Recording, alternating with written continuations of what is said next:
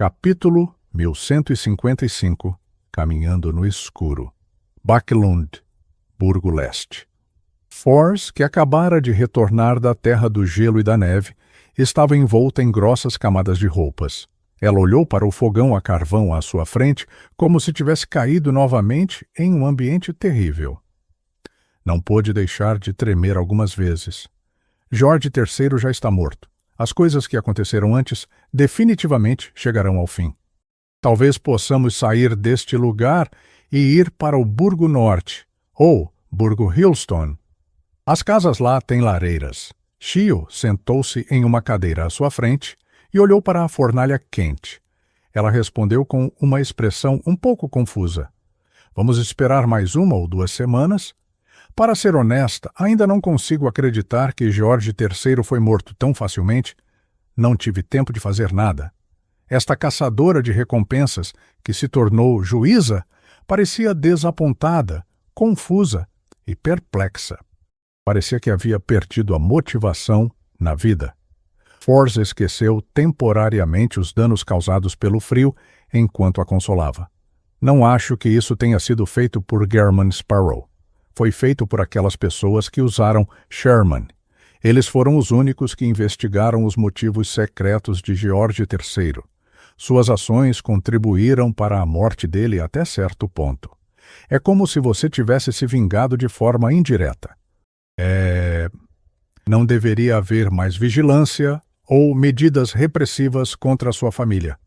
Você pode tentar começar uma nova vida.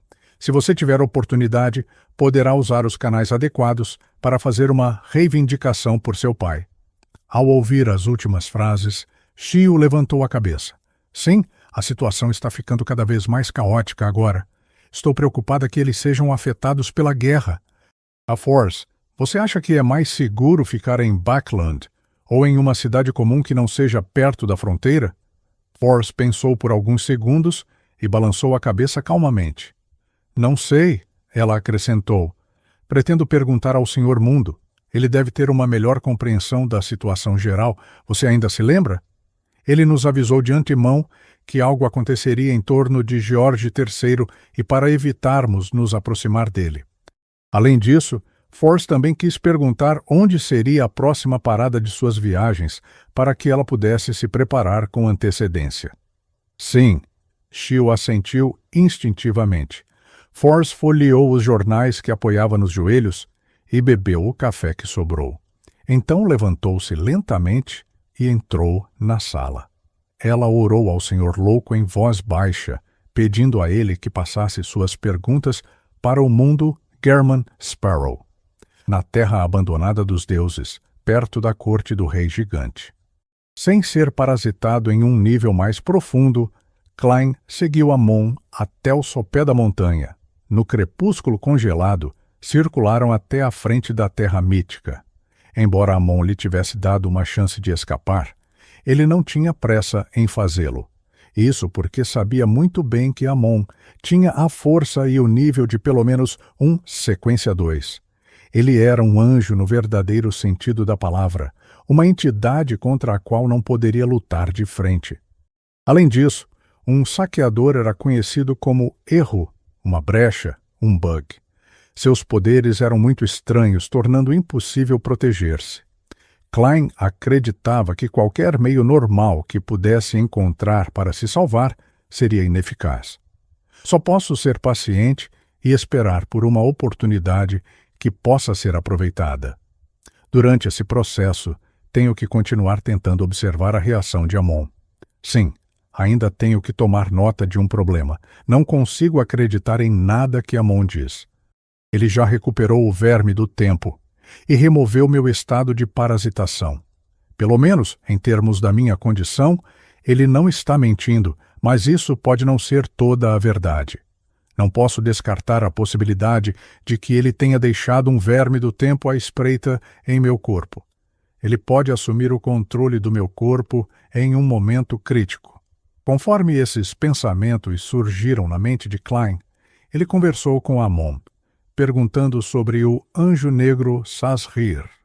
No entanto, viu que ali perto, ao longe, O crepúsculo estava desaparecendo à medida que a escuridão cobria a área. Relâmpagos que rosnavam de vez em quando iluminavam metade do céu. Eles haviam chegado aos limites da corte do rei gigante e estavam prestes a deixar o reino mítico. Quando estiver na escuridão, ou evaporarei no ar, ou encontrarei um súbito e aterrorizante ataque de monstros. Com um pensamento, Klein fingiu não saber de nada enquanto continuava avançando. Ele saiu do crepúsculo laranja e entrou na escuridão profunda. Neste momento, Amon, em seu clássico manto preto e chapéu pontudo, acompanhado de um monóculo, estendeu a mão e puxou uma lanterna coberta com fina pele de animal. Dentro da lanterna, uma vela feita de algum óleo desconhecido emitia uma leve luz amarela e um cheiro levemente pungente. Carregue. Amon jogou a lanterna em Klein. Klein pegou a lanterna e ficou em silêncio. Alguns segundos depois, ele perguntou: "De onde você tirou isso?" Naquele momento, Klein imaginou que Amon havia convocado uma projeção do vazio histórico. Amon pegou o monóculo de cristal e disse com um sorriso: "Eu o roubei do acampamento humano à frente." "Ah, esse é o acampamento da Cidade de Prata na Cidade da Tarde.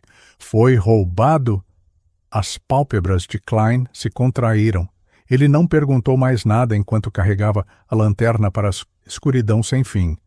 A fraca luz amarela era como uma barreira defensiva invisível que se espalhava rapidamente, criando uma zona quente na noite escura. Neste momento, os relâmpagos no céu continuaram brilhando.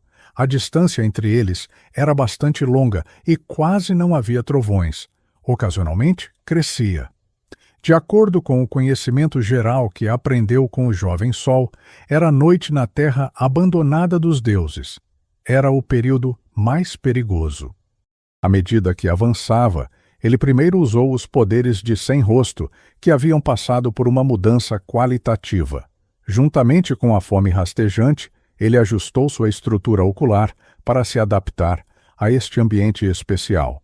Depois disso, usou sua percepção espiritual para examinar o ambiente. Ele sentiu que na escuridão havia muitos olhos olhando para ele, com criaturas de formas indescritíveis escondidas. No entanto, toda vez que o relâmpago acendia e brilhava intensamente, não havia nada. Ele não estava nem um pouco preocupado com a séria reação de usar a fome rastejante sem alimentá-la. Do seu ponto de vista, haveria apenas dois resultados. Um era que a fome rastejante tentaria devorá-lo, mas teria seus pensamentos roubados por Amon. A segunda foi que a fome rastejante devorou com sucesso o usuário, permitindo que ele fosse ressuscitado, assim escapando de sua situação atual. Este último era algo que ele estava ansioso, enquanto o primeiro não oferecia nenhuma perda, a não ser deixar a fome rastejante um tanto perplexa. Depois de prosseguir por um tempo, ele viu o acampamento da Cidade de Prata na Cidade da Tarde, que foi construído em um prédio abandonado.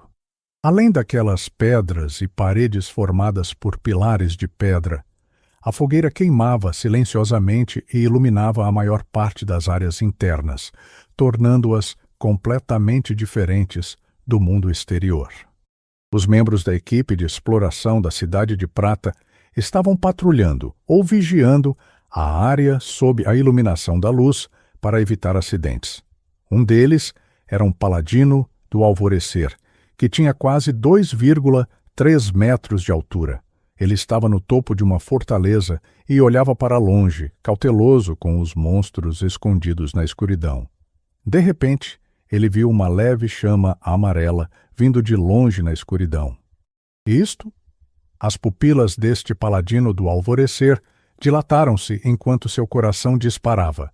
Com exceção dos recém-nascidos e das crianças que ainda não haviam recebido educação, todos na Cidade de Prata sabiam que esta terra havia sido abandonada por Deus. Ninguém mais usaria fogo na escuridão para criar luz. Mesmo monstros que eram bons em controlar chamas ficariam escondidos em um ambiente escuro antes de atacarem.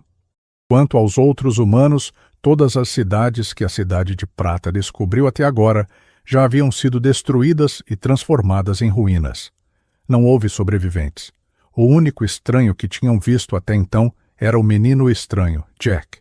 E naquele momento, uma chama apareceu nas profundezas da escuridão, uma chama que estava em constante movimento. O que isto significa? O paladino do alvorecer que estava na fortaleza não conseguia pensar em nada naquele momento. Só podia sentir seu corpo tremendo ligeiramente. A fraca luz amarela se aproximou lentamente de longe. Passou pelo acampamento e seguiu além da Cidade da Tarde. Vagamente, o paladino do alvorecer viu duas silhuetas que pertenciam a humanos. Eles caminharam profundamente na escuridão e suas silhuetas foram estranhamente iluminadas pela luz. Segurando o que parecia ser uma lanterna, eles deixaram lentamente o acampamento e desapareceram na escuridão, sem fim. Em algum momento, o paladino do alvorecer já estava prendendo a respiração até que a fraca luz amarela desaparecesse completamente. Existem outros humanos? Não, eles não podem ser humanos. Os olhos do paladino do alvorecer se estreitaram enquanto ele cuidadosamente se virava para informar o ancião e, sequencialmente, ao conselho de 6 membros. Nesse momento, descobriu que faltava uma das lanternas penduradas em um pilar de pedra. O corpo deste paladino do alvorecer enrijeceu quando o suor frio brotou em sua testa. Ao se afastar da Cidade da Tarde, Klein suportou os olhares de vários pares de olhos nas profundezas da escuridão. Ele, secretamente, fez uso dos poderes de um sábio do passado, bem como de sua conexão com o castelo de Sefirah, para sentir a névoa branco-acinzentada que estava entrelaçada ao longo da história.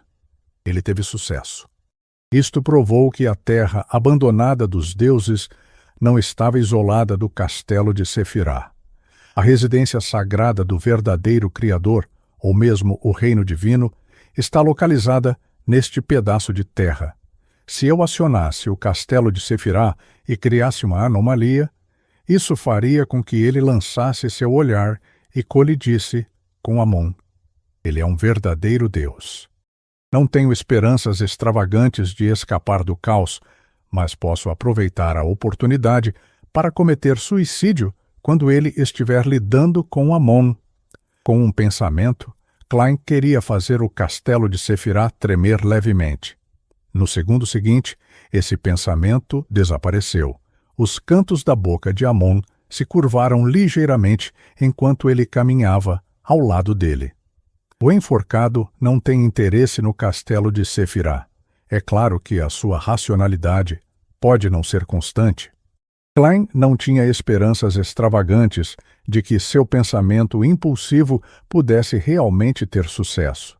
Ele queria principalmente testar a reação de Amon e ver qual seria a sua resposta. Naquele momento, não se sentiu deprimido, nem escondeu a curiosidade ao fazer uma pergunta. O enforcado está se referindo à sequência 0 do caminho do pastor? Amon assentiu levemente e disse: Isso mesmo. Isso simboliza a degeneração. Claro, se você quiser explicar isso de uma forma positiva, isso é sacrifício e responsabilidade. Klein pensou por um momento antes de perguntar. Achei que esse fosse um apelido que você inventou, assim como Médici.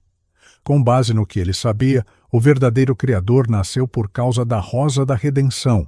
Muito provavelmente estava relacionado com a morte do antigo Deus do Sol. Portanto, queria saber que tipo de atitude Amon tinha em relação a esse Deus maligno, e se era o mesmo que seu irmão. Amon cutucou seu monóculo e riu. Sempre respeitei os deuses. Ter um blasfemador dizendo que isso parece realmente contraditório. Desamparado, Klein pôs fim ao assunto.